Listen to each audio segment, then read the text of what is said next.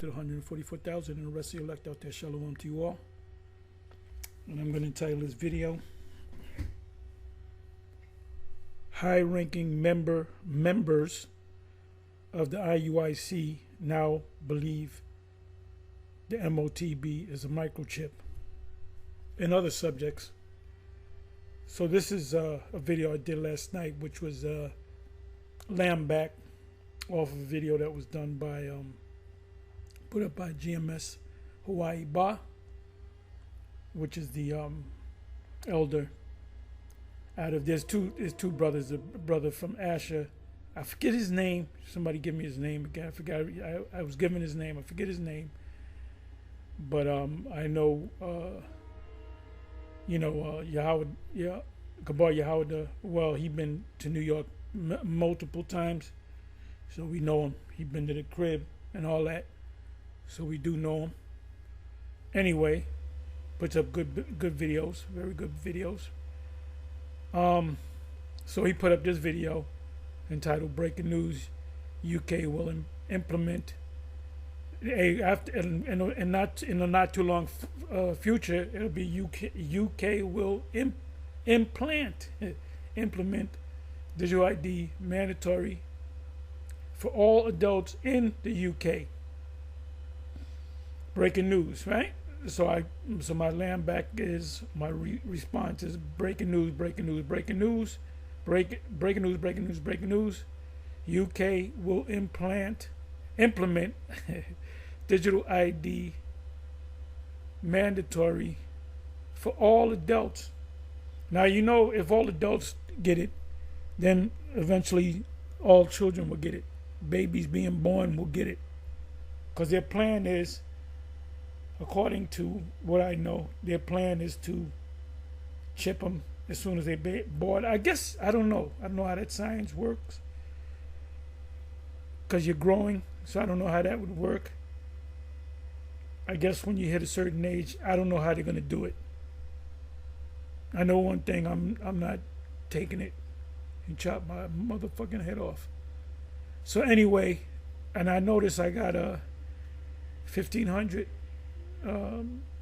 views, and really it was the title that caught the people. And then when you watch this video, I fact checked what the elder said in his video, and I put in, pretty much I copied and paste. I think I put in I copied and paste and paste this right here. And a whole bunch of articles came up, and it was all as of hours ago.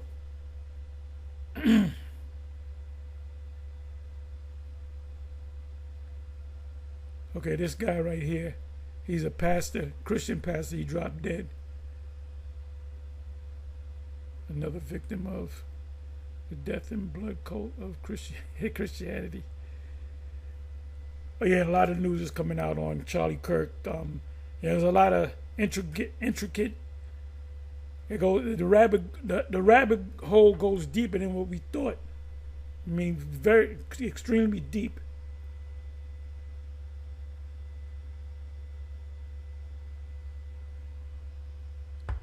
Excuse me, I'm sipping on my my detox tea. Candida Parasite Cleanse. Which is, I hate it. It's bitter. You can't sweeten it up. I mean, I guess you can, but I don't.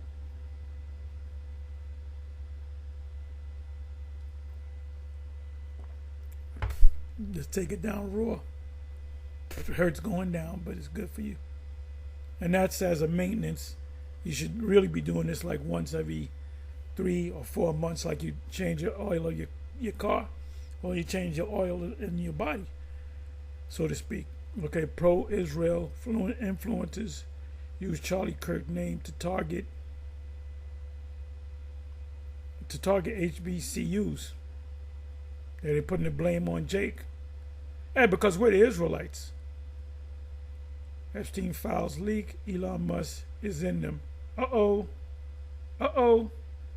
Hey, that Epstein file thing is not gonna go away. No matter how many wars you start, Nero. No matter how many things you do, no matter how many shootouts, whether real or not real, whether staged or not staged, no matter what you do, that people,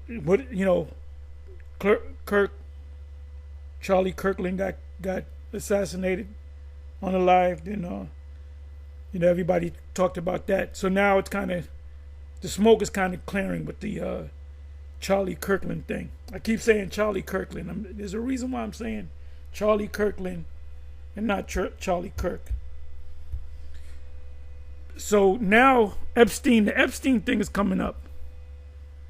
The Epstein thing is coming up. Epstein files leak. Elon Musk is in them. So they were all getting down. Right, there's more to this story. I listened to her as well. A Sabby Sabs. I call her Sexy Sabs.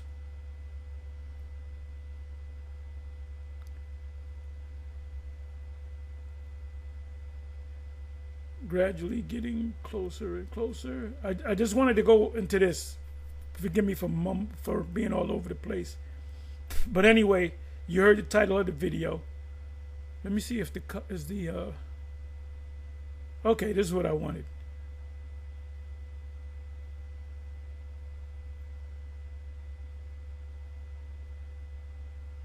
Okay.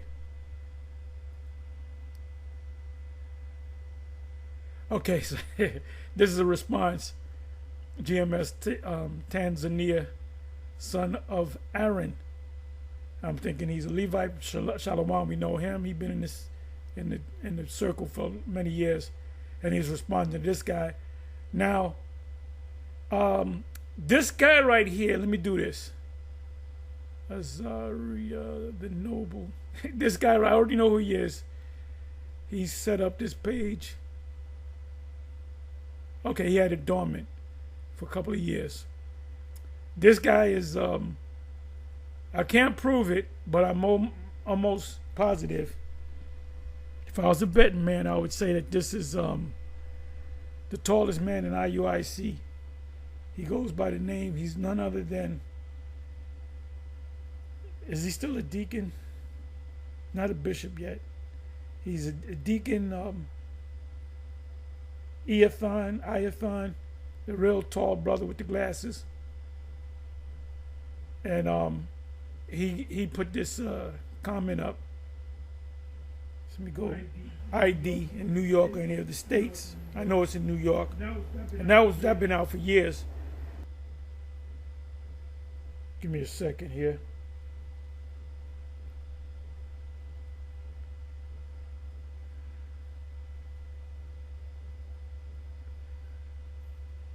Give me a second here. Okay, so what I'm going to do is this the whole comment? Okay.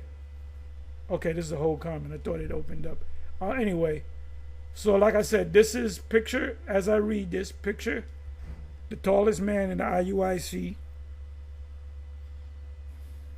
But he goes by the title, which is Deacon Ethan. I say Ethan, Iathon. It says, Apostle, what's sad is the newcomers don't know what happened over the years. Nate will get that oil back. Where did you get that from? Where did you get that from?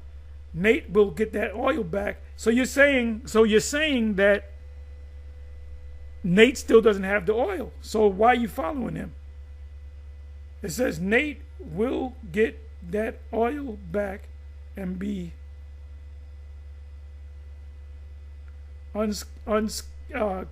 unsketched.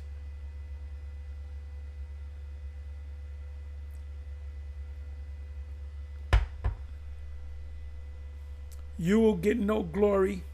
You, me, will get no glory Only the real ones will know the truth. But you and others will not benefit, nor be honored, unless you, GMS, or affiliates, caps like Sakari or Genesis,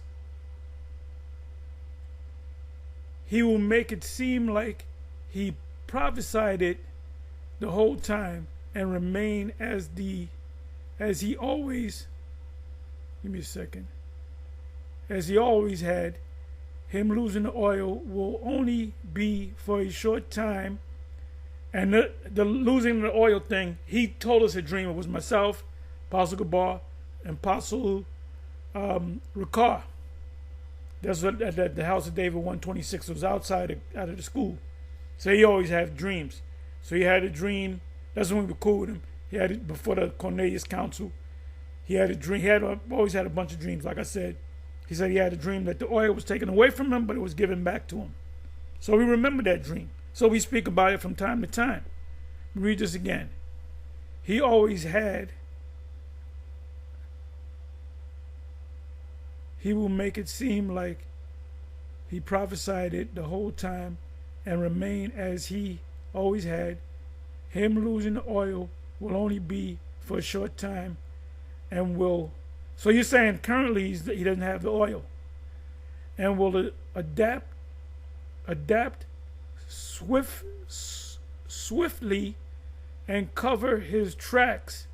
He will remain above you. That is his lot. I don't know what my lot is. I don't know I don't know what position I have in the kingdom.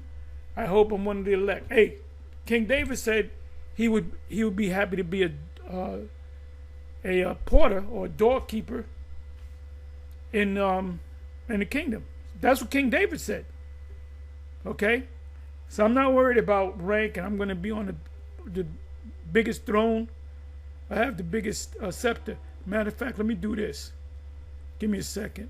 Let me do this. Since you said that, because you're obsessed with rank.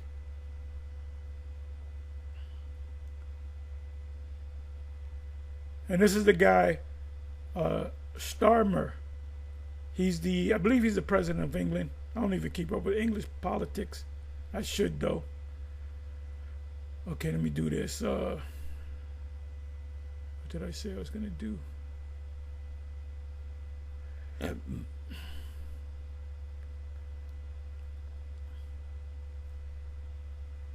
King David said he would be a doorkeeper in the kingdom.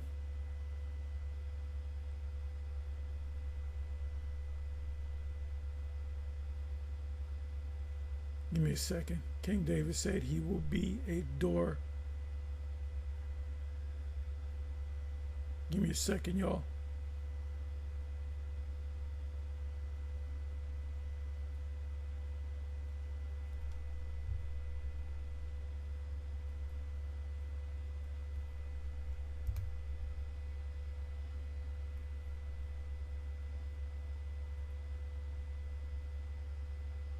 Okay, Psalms 84 and 10. King David's famous declaration is found in the Bible's book of Psalms, specifically Psalms 84 verse 10, where he states, I would rather be a doorkeeper in the house of my power or God than dwell in the tents of the wicked. That means David was not going to sell out. This verse expresses a profound desire to be in the Most High's presence, even in the most humble of roles. Okay? Let me do this. I'm going to read it in the King James, and I'm going to read it in the NLT, maybe in the AMP.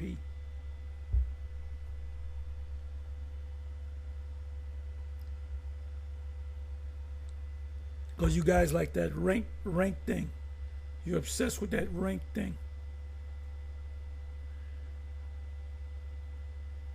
Okay, let me go to, okay, NLT. New Living Translation. A single day in your courts is better than 1,000 anywhere else. I would rather be a gatekeeper in the house of my power, the kingdom, than live the good life in the homes of the wicked. See, this is what these sellouts did. You got sellouts among our people. King James.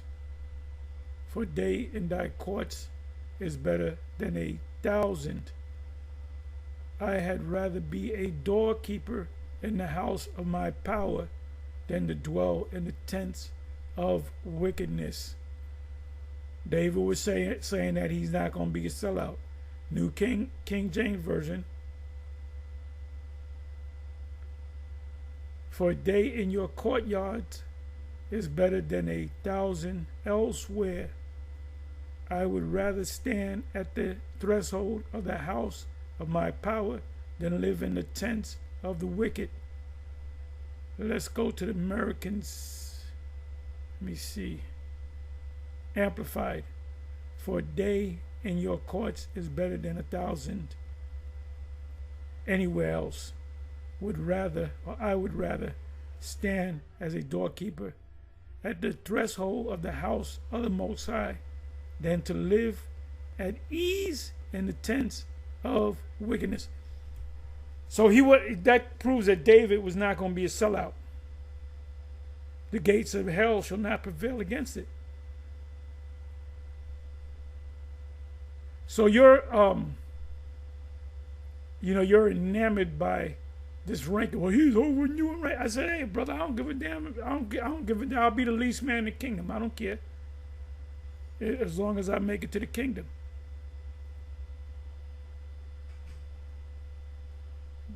Apostle Paul, a great man, great apostle, but he's not over any of the 12. So what's the big deal?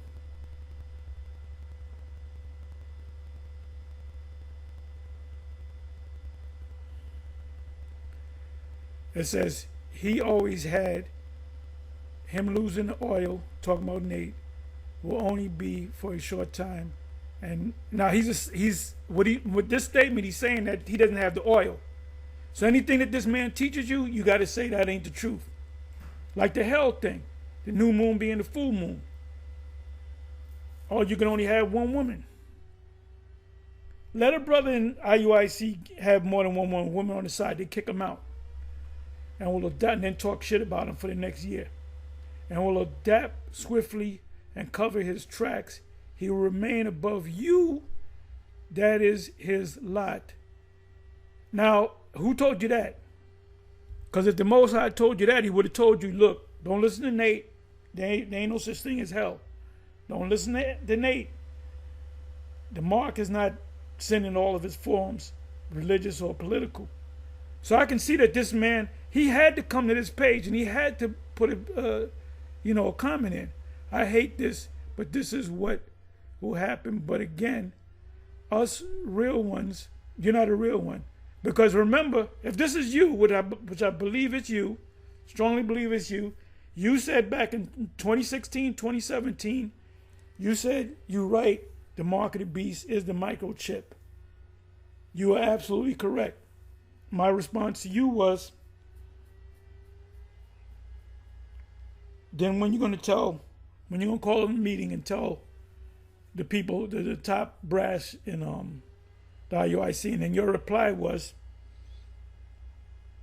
what'd you say? Yeah, I think you said Nate and Johanna are not ready. You mentioned Johanna because you know that Johanna teaches the same thing that Nate teaches, right? Like I said, I'm going to say it again. I'll be a doorkeeper in the kingdom. Us real ones, and you're not a real one, know the truth, elder. We know the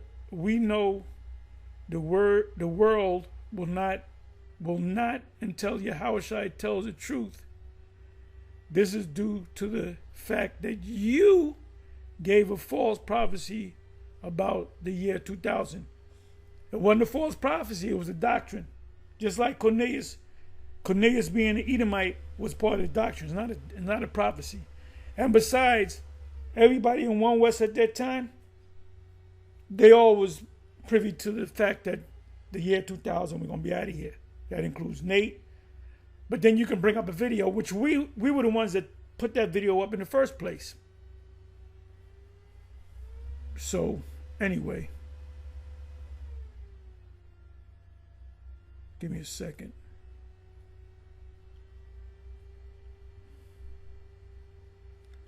So I wanted to come here. Give me a second here.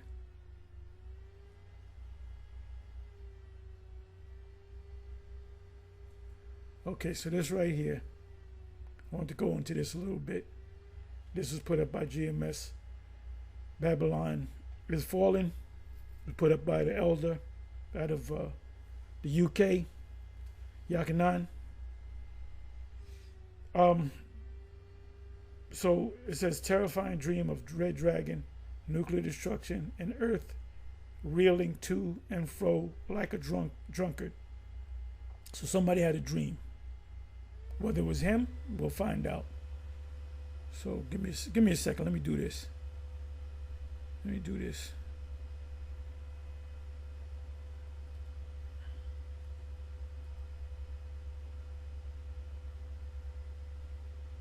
See if he's still teaching or if it's finished. I want to go over the hour mark. We're just the 55-minute mark on this. I pray you are edified. I pray you understand. This is okay, good. Anyway, shalom, shalom, shalom to the Akiyams and the Akwafs. We'll pray. Now I got to correct him. He said the Akyums and the Akwats. You don't have to put an S at the end. When you say Ak, you're saying brother. When you say Akyum, you're saying brothers. You don't say Akyums. And we used to say, certain brothers would say that. We would correct them all the time. So the yum is suffix for more than one. The heavens, what is it? I'm sorry, not the heavens, but well, yum, yes, it's plural, right? Many waters. The word Alahayim, if you open up the Bible, the scriptures, to Genesis 1 verse 1, it says, in the beginning God created the heaven and earth. Ask any Christian, what does it mean by God? Since you read the Bible 50 times, I'm pretty sure you read Genesis, right? Oh yeah. Genesis 1 and 1. What is the word God? What does that mean? There's a heavenly Father. Was Christ there? Yeah, but is that singular or what? It's God. It's God, because he had to create the Father, whatever, the Son, whatever the case may be. So when you say, okay, you read the Bible 50 times, I'm pretty sure you kind of know some Hebrew words, because you got to know a little bit of Hebrew and Greek. You have tools for that, don't you, right? Certain words. Like you can go into the argument of the word world in Matthew 24, starting from the 3rd verse, the end of the world. The word world in John 3:16, the word world, and the word world in Revelation 3 verse 10, it says world, right? The whole world will be tested. Does all those three words, world, W-O-R-L-D, does it mean the same? Yeah, it means a word. Yeah, word. Oh, really? Are you sure about that? Yeah, I'm positive. See, that's why you got to know Hebrew and or Greek. Now, if you went into the Hebrew, you show them here. You go to your smartphone, show it to them. So now let's go back. So being that you understand that, who's a God and they ain't gonna know. So when you say Alahayim, you already know in your mind, when you're thinking in Hebrew, you're thinking angels. If it was Allah, then you think one angel or God. But if it's Alahayim, it's more than one, it's angels. So brothers do go off on that. They'll say Akyums.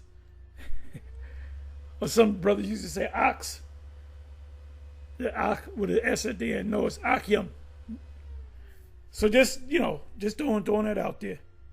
Praises and glory to the Heavenly Father, Yahweh, and to his only begotten Son, Yahushai. Double honors to the apostles and to the elders of Great Millstone. Shalom to you. And shalom to the hopefully elect brothers and sisters of the house of Israel. As the Bible says, many are called, few are chosen. The chosen are the elect of the nation of Israel. All praises and glory. Shalom. So I just need to grab some water because I'm probably going to be an hour.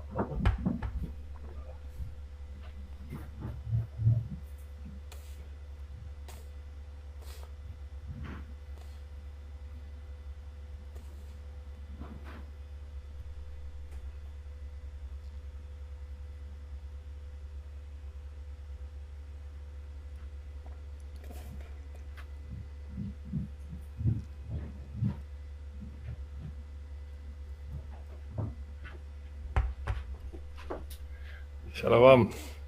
So,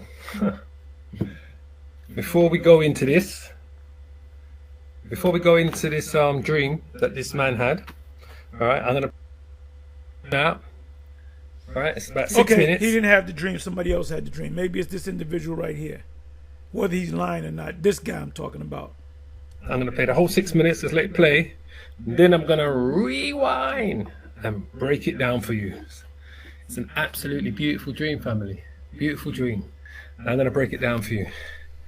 And another good news today.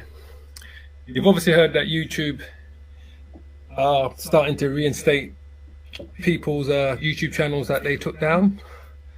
So one of my channels was taken down about 3 years ago.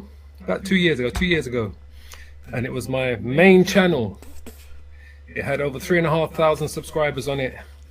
Over 1,000 videos on it, basically, as such, and they took it down 2 years ago. That's a lot of information, man. And dealing with the numbers, when you combine all the videos that we have as a collective, GMS did, not mentioning any other camp, just GMS, it's got to be hundreds and thousands of videos made. So anybody that has a question, we answered it. Anybody that has a question, we answered it in one of the videos. So when I heard the news yesterday that YouTube were reinstating people's channels if they applied, so that's what I did. I applied today.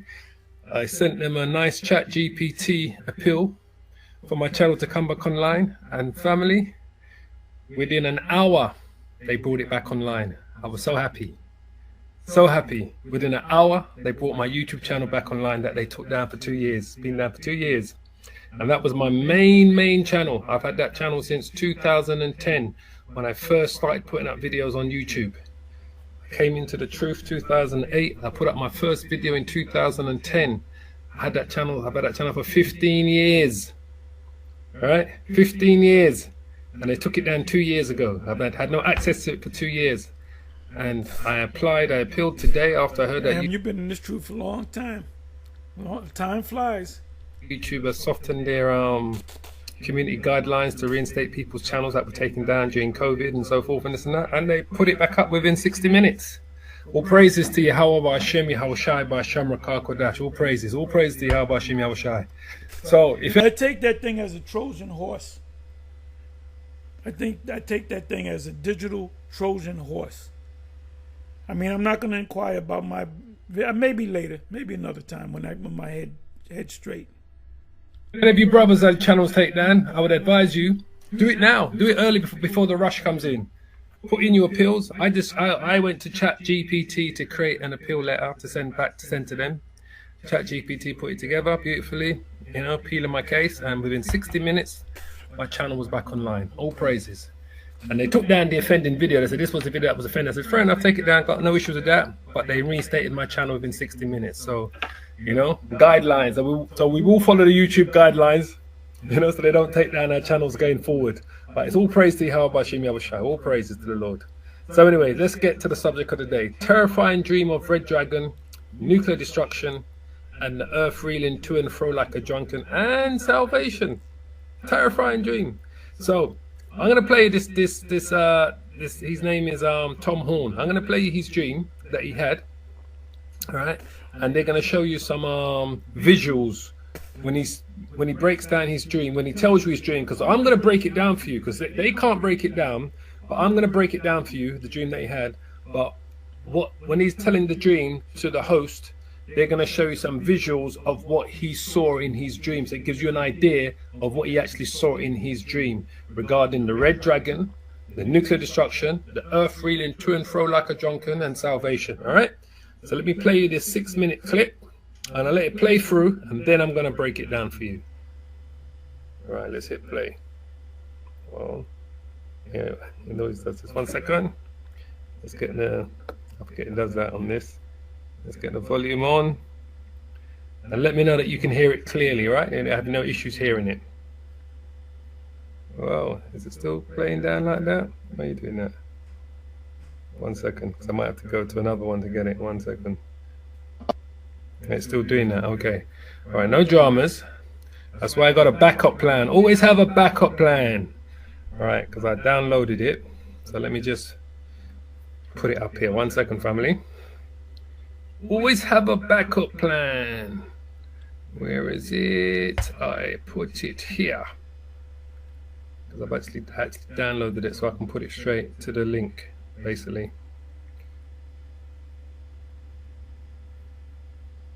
Experience I've ever personally had, which kind of conflicts with me because you know me, Sid. I like to be positive. I like to talk about positive things. I like to be filled with hope.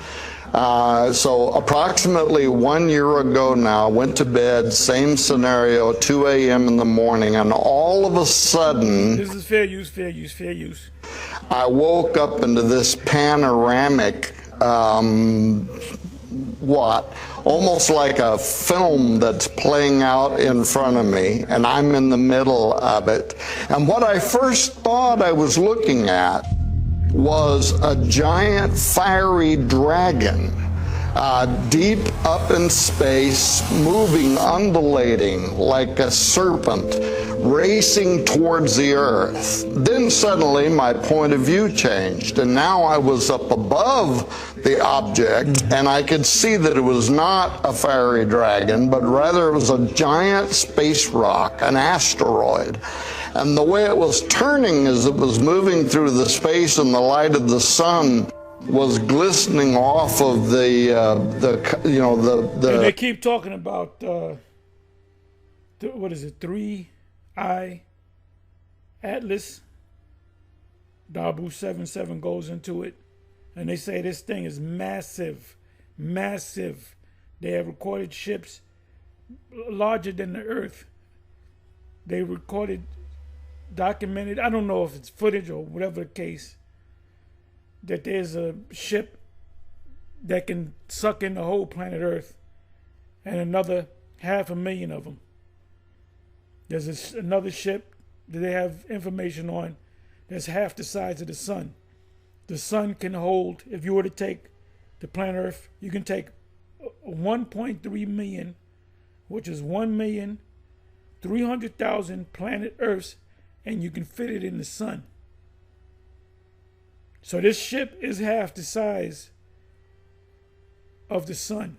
There's ships that have documented, I guess, footage, because they can see how far into space. They see ships parking right off of the sun. Just parking there, just hanging out.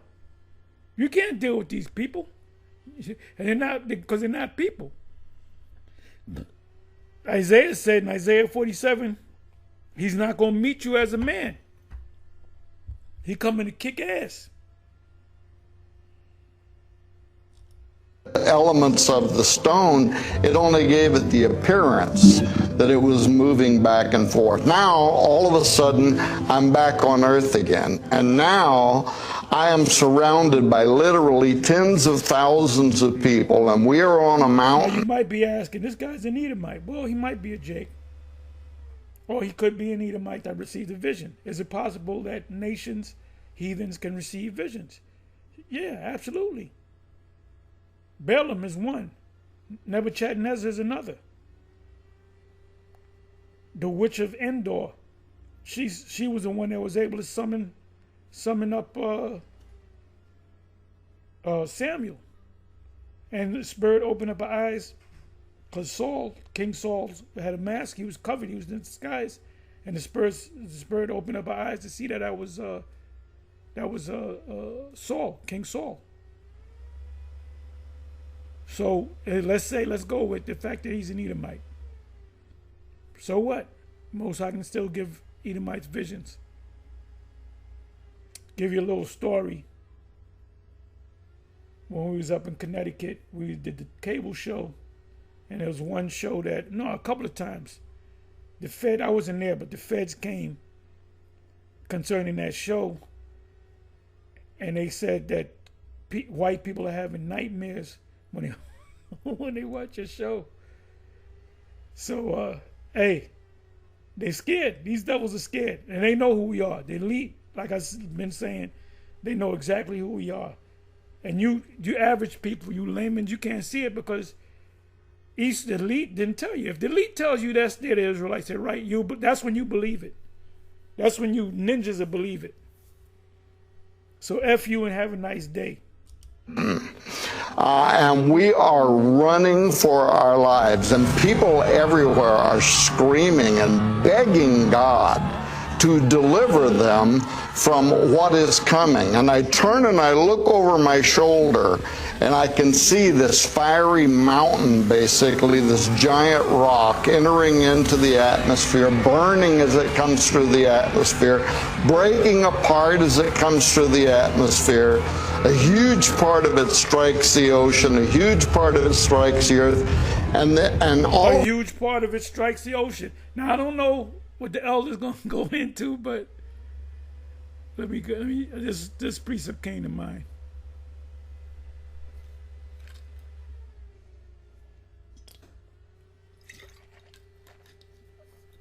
Actually, two precepts came to mind.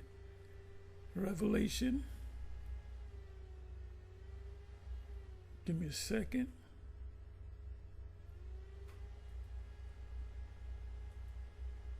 Revelation 8. Now I remember Sakari would teach Revelation 8, and they were saying it had something to do with the Spanish. I believe they said the Spanish-American War, the Revelation chapter 8 is talking about something, this destruction coming. The third part of the people being destroyed, the sea being destroyed, the third part represents the third part of man, which are the Edomites. The Edomites' power structure will be destroyed. Give me a second here.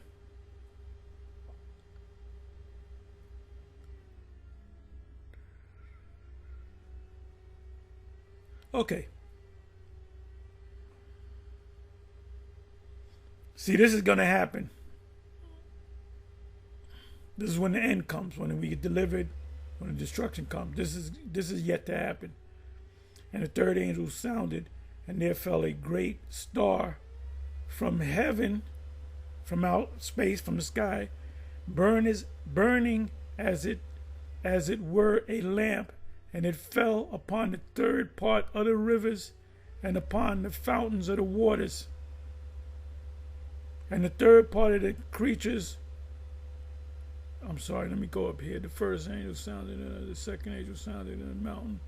Okay, let me do this. And the second angel sounded, and as it were, a great mountain, keep that in mind, great mountain, burning with fire, that's the missiles, was cast into the sea, and the third part of the sea became blood. Mountain. Let's come on back over here. Where we at?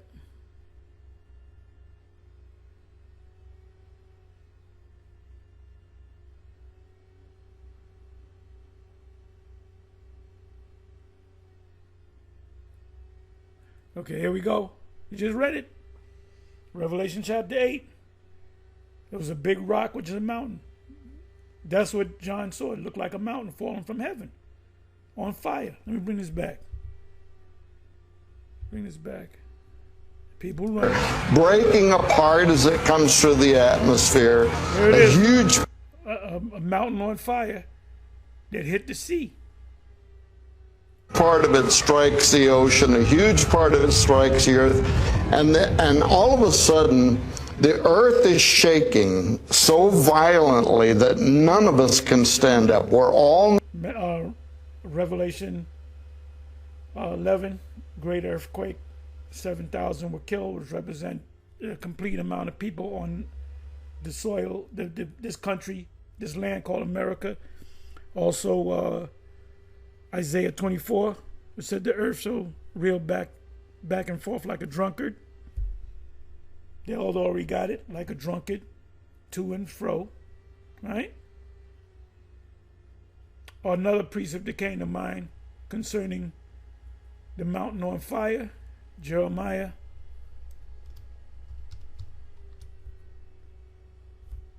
I believe that's Jeremiah 50:25 or 51:25, if I'm not mistaken.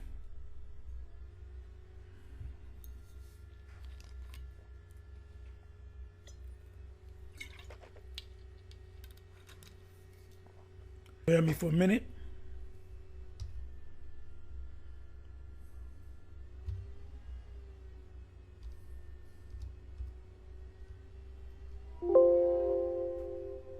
Okay, would have to be 51 then.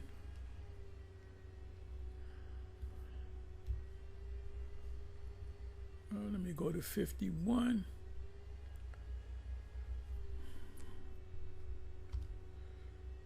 Four times.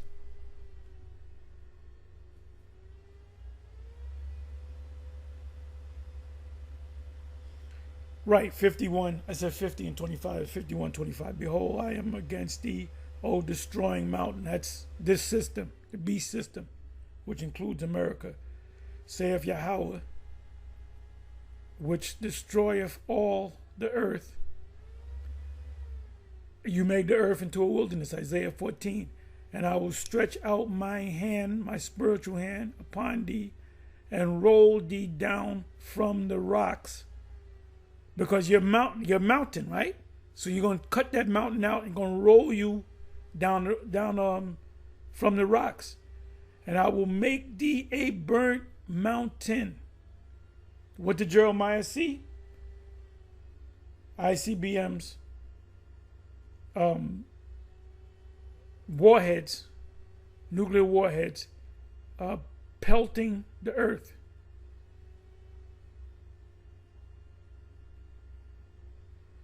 Let me come on down to here. You really got to read this whole. See, we're in the midst of going through Jeremiah 50. And then we'll go to Jeremiah 51. The hell is this?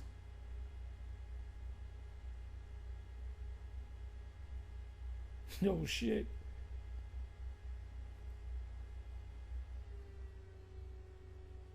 I think, give me a second, y'all. Give me a second.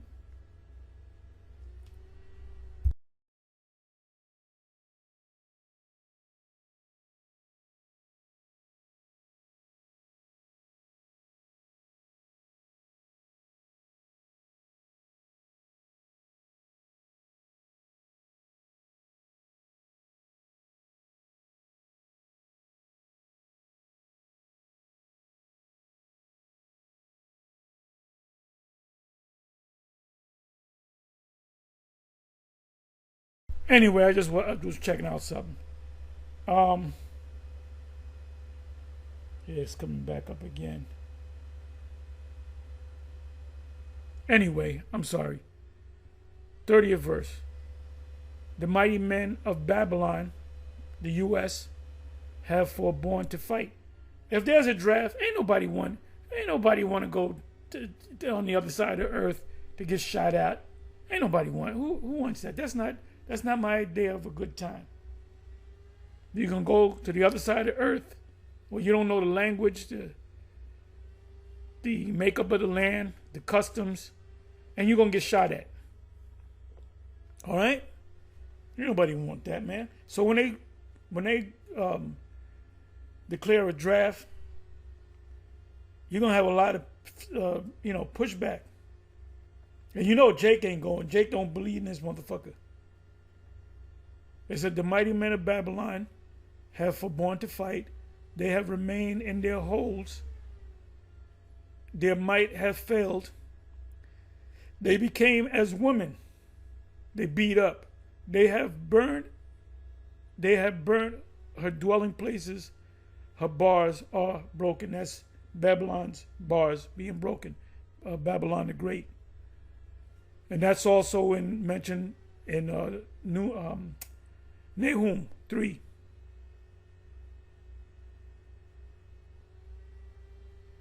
Let me see what this is all about. And that the passages are stopped, and the reeds have burnt with fire, and the men of war are affrighted. 33rd verse. For thus saith Yahweh of hosts, the Most High, of the Israelites, the daughter of Babylon is like a threshing floor. Look up the word threshing floor. I'll look it up. I'll go into the Hebrew word. It is time to thresh her yet a little while, and the time of her harvest shall come. So let me give you the word threshing floor in the Hebrew.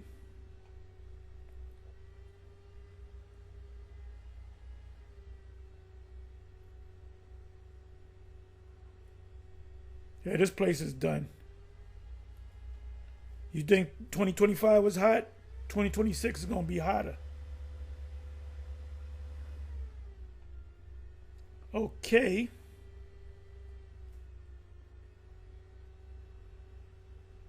Right, it says here, barn floor. Okay, so the word there is garan.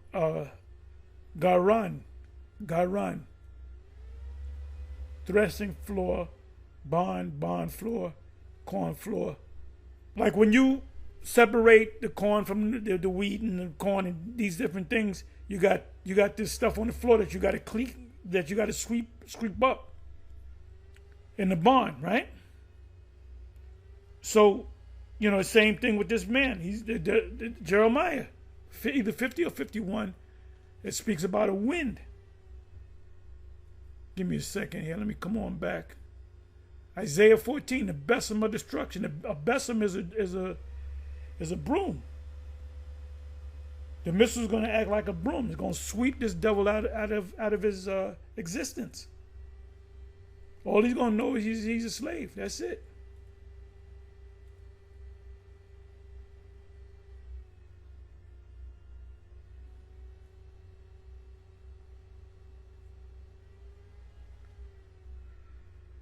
Give me a second. It's probably in the 51st chapter.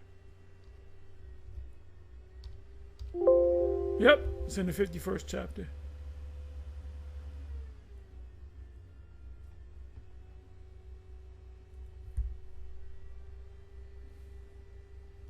Yeah, you can see this devil's going down fast.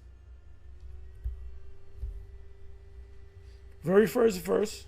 Jeremiah 51:1, thus saith Yahweh, behold, I will rise up against Babylon the Great, and against them that dwell in the midst, that are allied with her, of them that rise up against me, a destroying wind. That destroying wind is a besom of destruction, and will send unto Babylon fanners, that shall fan her, and shall empty her land by the missiles.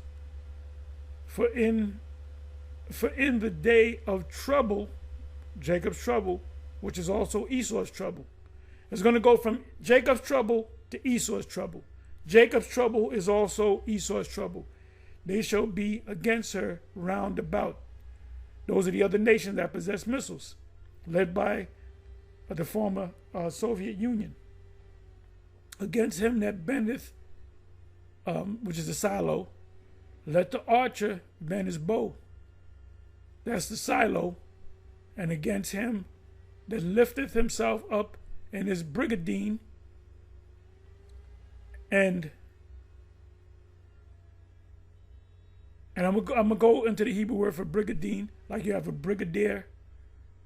And spare ye not her young men, destroy ye utterly all their hosts. That's also in Isaiah chapter 13. They shall not regard, little babies, women, old people.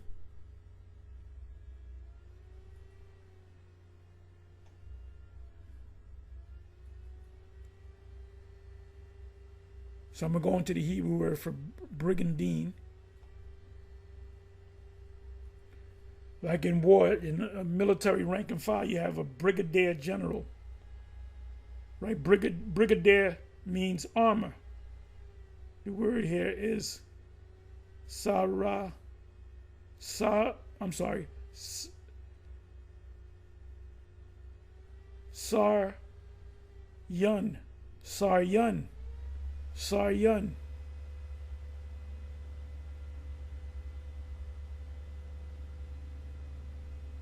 A brigadier general is a general of war. Just come on back.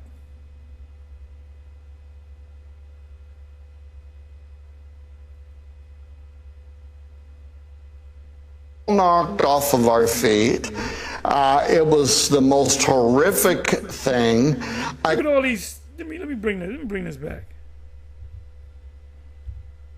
And all of a sudden, the earth is shaking so violently that none of us can stand up. We're all knocked off of our feet. Look at that. Old black people. No tired, beat up people. Look at her old ass with the wig on. Look at this clown, this coon nigga in the back. Look at her. And you got certain Edomites, older Edomites.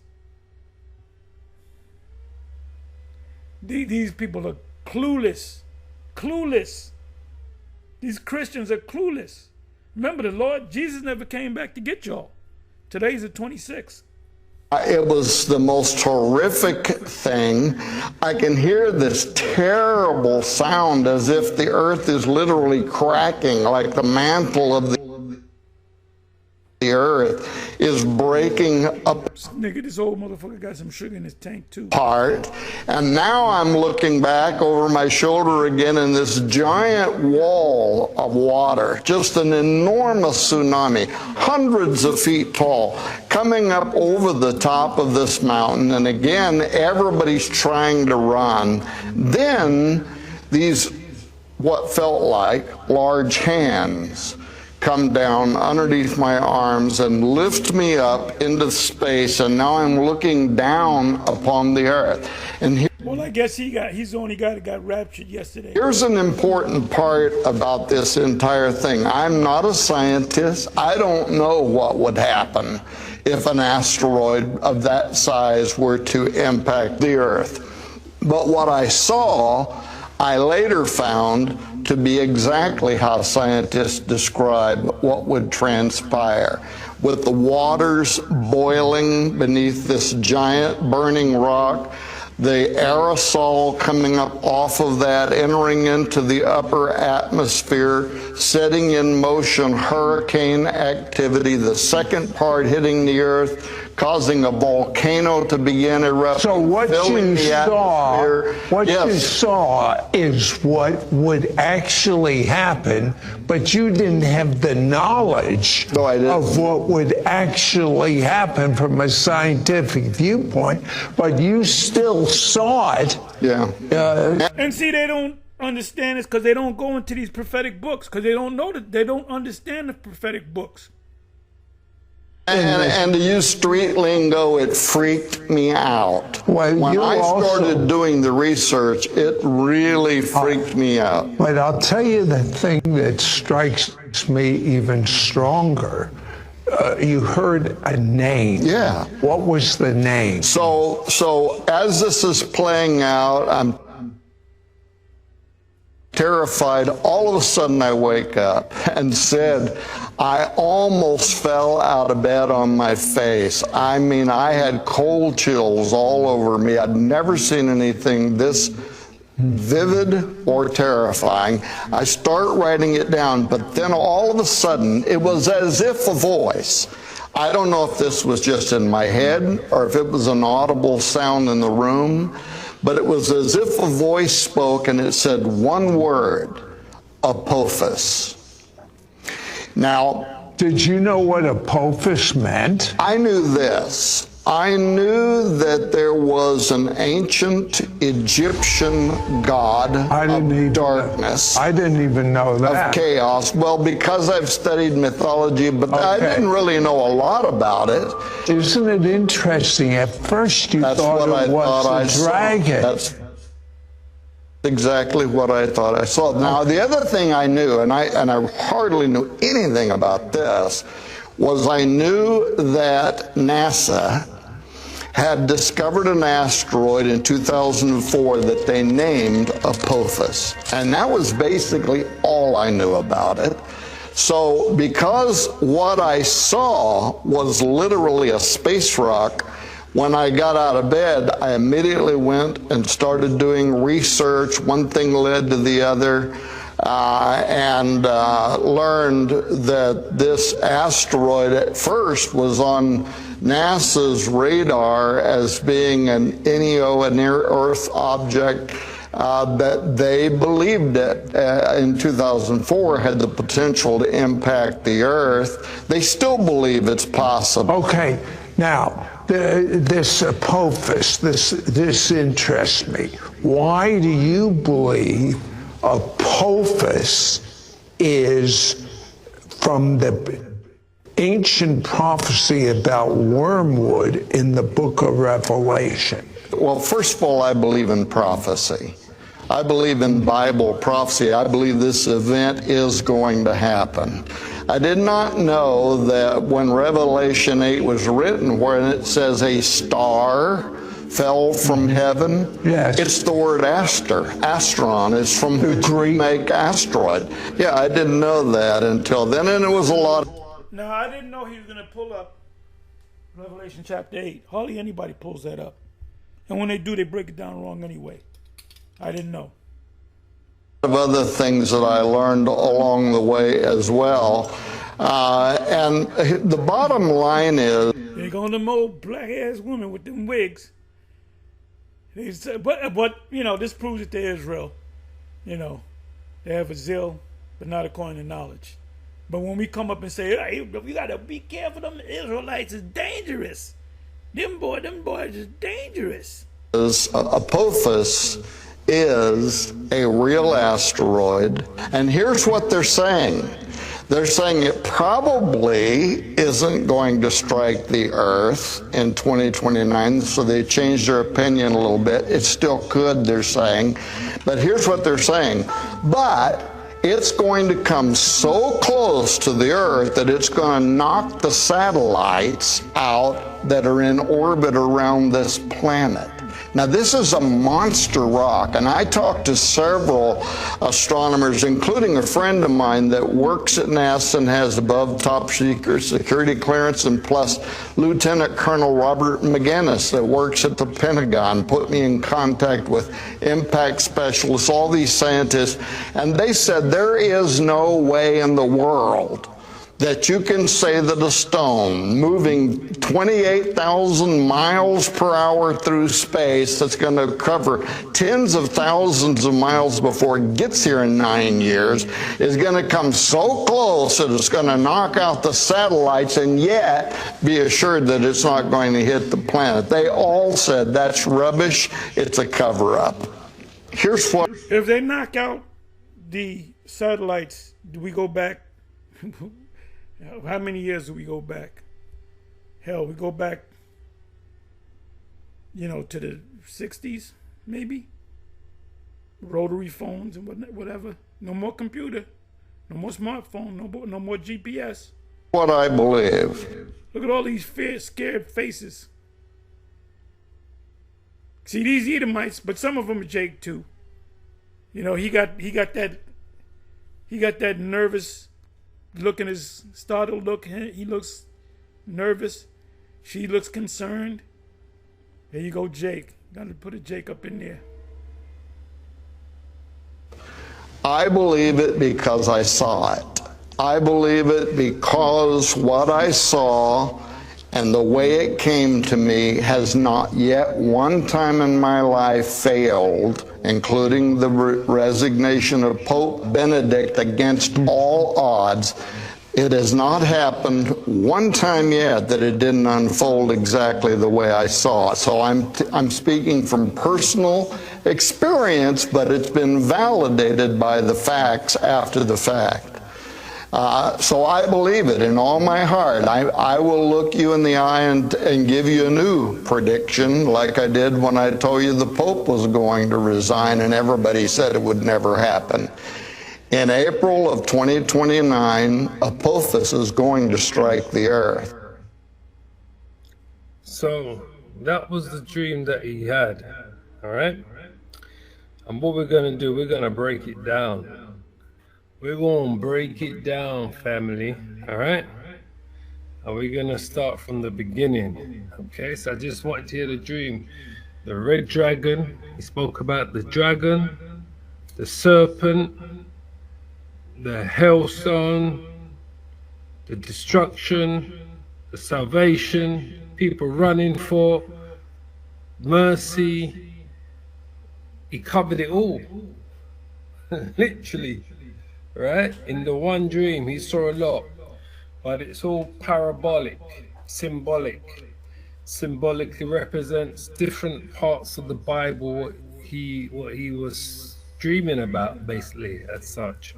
Because this is how dreams come. Dreams come to you. You get pictures and visions of different things and that, and you're not sure what they mean because it's not always a clear picture. You're not actually gonna see. You're not always gonna see the actual missiles, you know, or you're not always gonna actually see the actual chariot and so forth. You're gonna see things that symbolically represent those things, and that's what he saw in his dream. So let's take it to the beginning, all right? I'm gonna start at the beginning, and then we're gonna bring out the scriptures as we go along, all right? But I just wanted you to hear the whole dream out first yourself. You know, especially like in case one of the brothers, they want to do a video on the man's dream as well, because, you know, I'm not going to get to all of the scriptures that I'd like to get to regarding the dream that he had. So, you know, maybe one of the brothers take it on and, you know, they'll bring out scriptures that I haven't brought out today.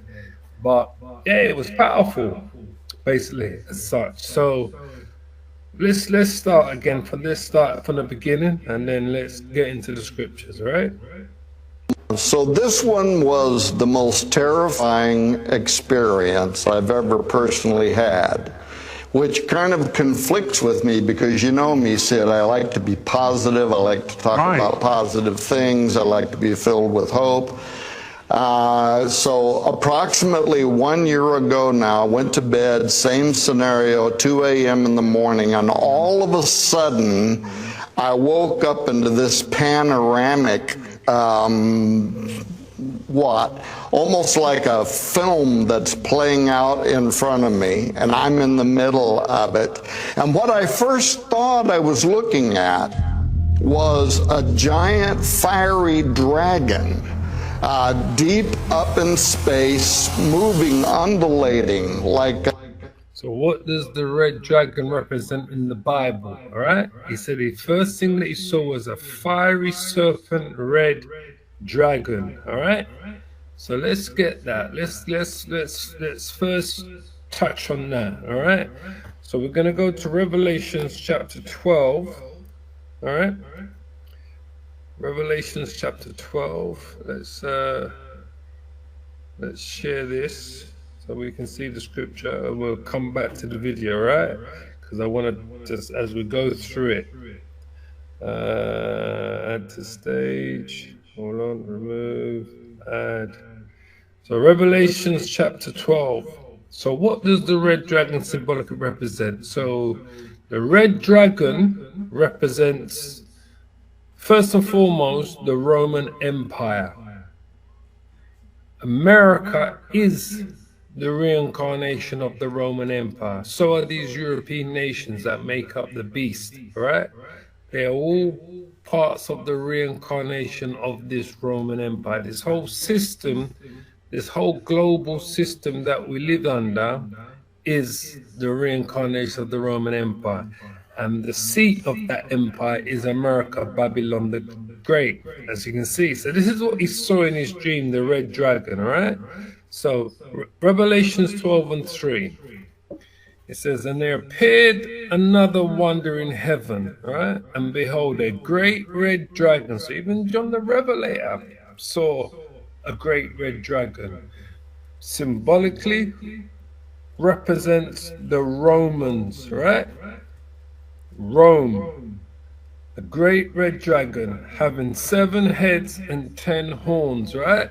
The 7 heads represent the 7 empires, the 7 European empires, and the 10 horns represents the 10 European nations that were the first to be part of what they call the EU or the ECC, all right? Basically, which is what we know today as the European Union, right? The 10 horns and the 7 crowns upon his heads. The 7 crowns also represents those 7 European kingdoms, all right? So that's what that's on. So he saw a red dragon, which we know in the Bible symbolically represents, all right, Esau, the Edomites, first and foremost, the Roman Empire. And it says here, verse 4, and he's told you the 3rd part of the stars of heaven. So the 3rd part of the stars of heaven is the southern kingdom, Judah, Benjamin, and Levi. So this first and foremost was directly talking about the times of Yahushua, the apostles, the disciples, when they were walking the earth under the rulership. It was under the rulership of the Roman Empire, all right? Because Judea was controlled by the Romans back then. So to tell that Judah, the 3rd part of the stars, the 3rd part of the stars is the southern kingdom, Judah, Benjamin, and Levi. And because remember, at this point, the northern kingdom was no longer in Jerusalem, was no longer in Israel. All right, now there would have been remnants of the tribes of the northern kingdom. So remnants mean, there would have been some of them that were there, but as a whole, the majority, or most of them, should I say, were in what we know today as the Americas, North, South America, and Canada, all right? Today, who refer to as the Native American Indians, right? Of North, South America, and Canada. So it says there, and the tail drew the 3rd part of the stars and did cast them to the earth, and the dragon, which is the Roman Empire, which was during this period of time, was ruled by the Edomites. All right, symbolically represents, and it represents their power, right? Because Esau's power back. Yeah, I'm gonna get ready to close it, but anyway, you saw the individual. We don't know this guy's Edomite, look like Edomite, whatever the case may be. If you notice, we've been doing a lot of prophetic videos, going into a lot of prophetic precepts, which we've gone over. So, but you got to go over them again and again and again, so they can be fresh in your mind. So, anyway, I'll let you listen to a little bit more, and then I'm gonna close. Then was the Roman Empire and their military might. And the dragon stood before the woman. The woman symbolically represents Israel, the Israelites, all right? Which was ready to be delivered to devour her child as soon as it was born. Yeah, specifically the kingdom of Judah, the southern kingdom, which you had some of the northern kingdom tribes that went back with Judah. So when you were in the Levant, you run into an Israelite, there most likely was Judah, Benjamin, or Levi, for the most part. And then every once in a while you run into one of the other tribes from the so-called Northern Kingdom. So who was the child? The child was Yahushua. Because remember, Herod put out the order, and Herod was a client king for the Romans, to kill every male child under 2 when he heard the birth of Yahushua. Well, he wanted to kill him. He wanted to kill him. Now, he didn't do it for the wrong. He wanted to kill him. But he was part of that beast system. Because they set him up as being the king of the Jews. He was supposed to be, the lineage of King David and so forth. So they said, here comes the real deliverer. So he said, we got to kill this. We found out it was going to be a baby boy born in Bethlehem. He knew he was going to be born in Bethlehem. So he said, well, we got to kill this kid when he's a baby so I can remain king, and my sons after me can remain king of Judah. They had their own plans. That's why today you got the small hats. They really think they're the people. And by the way, Herod and his clan, his dynasty, his family members, they look like Jake. Going to the history on that, they look like Jake. They were tares. Matthew 13. Like this king of kings that was going to take down the Roman Empire and take down his power and so forth and this and that. He heard the stories about this person being born and had been born. So Herod sent out an edict to kill every male child under 2. All right, so that was the child that was going to be devoured to be born, right? As it was born. That's Yahushua. So there's other scriptures in the Bible that shows you that the dragon is talking about Esau, the Edomites. If we go to Isaiah. Now, even if you go to the chat, matter of fact, let me do this. Okay, travel and birth. Let me go to 2. Let me go to chat, Revelation 2, verse 2. Because it is going to mention that it's the Messiah. The Roman Catholics say it's Mary, the woman with the crown and the stars and the moon, sun, their feet, and the 12 stars and all that good stuff. They say it's a Roman. It ain't the Roman Catholic Church. It represents Israelites. He was born out of Israel. I'm sorry. Let me bring this back.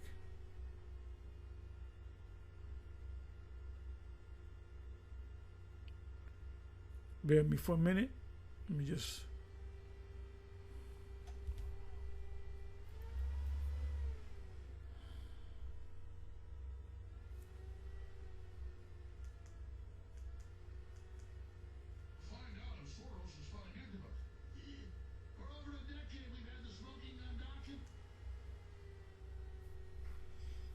Okay.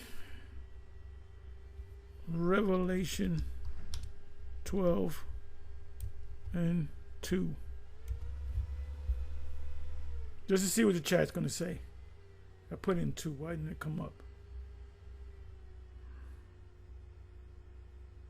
Revelation 12 verse 2. See if it comes up.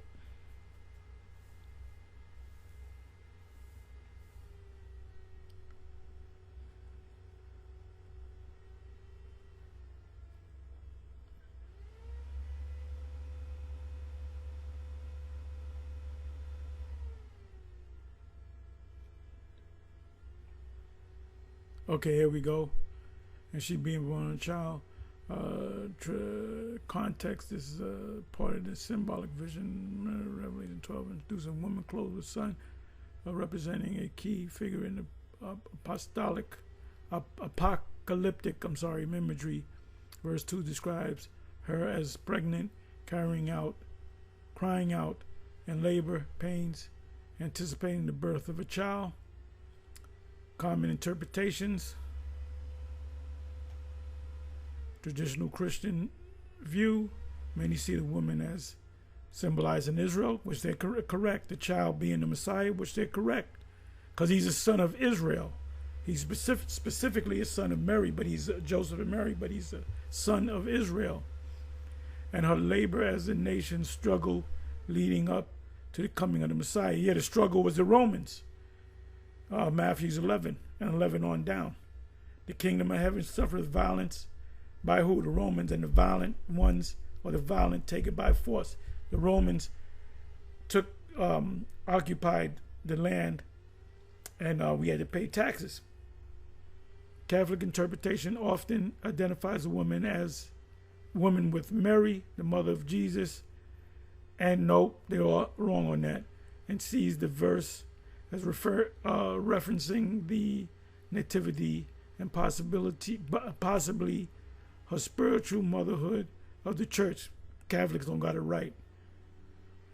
Church or people of God, some interpret the woman as representing the church or God's faithful people suffering before the establishment of the kingdom. That they don't know. The ones that's got it the closest is a traditional Christian view. Many see the woman as symbolizing Israel, the Israelites, the child as the Messiah, and her labor, Israel's labor, as the nation's struggle leading up to the coming of the Messiah. Let me ask Chad a question.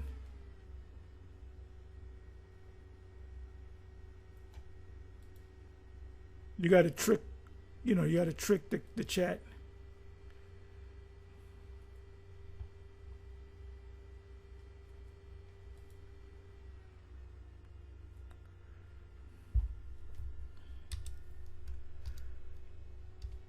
What does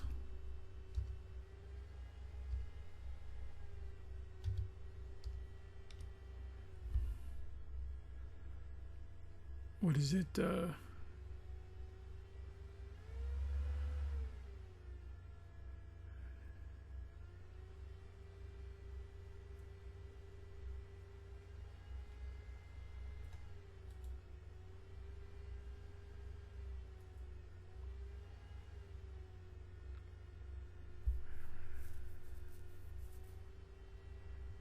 Give me a second, y'all.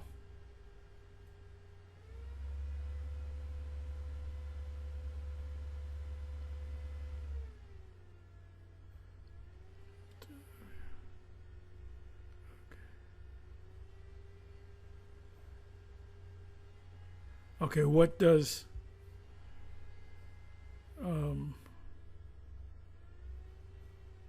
the nation struggle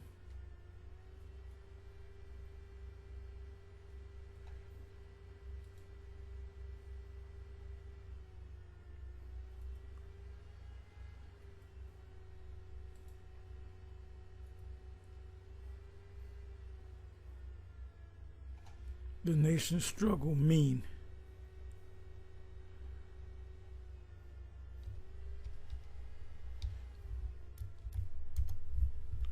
Let's see if they mention the Romans.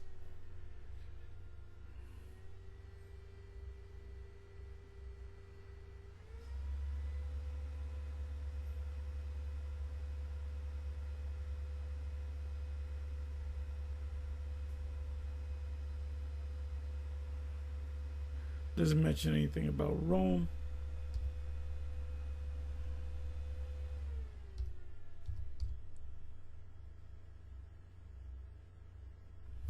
Okay, oppression by other nations: Egypt, slavery, Assyrian, Babylonian exile, Persian, Greek, and Rome. Now we know that it's talking about Rome because he was born during the time period, the rulership of the Roman Empire. He's dominated Israel at various points before the Messiah was born. But he was born in the midst of the Roman Empire. Okay, wait a minute. Corruption and internal division, religious and political turmoil within Israel itself, especially leading up to the Roman period, reflecting how much the nations was in pain, waiting for deliverance. So they kind of sort of telling you that it's the Romans. So anyway, you can watch the rest of this. With that, I'm going to say shalom, on to the next.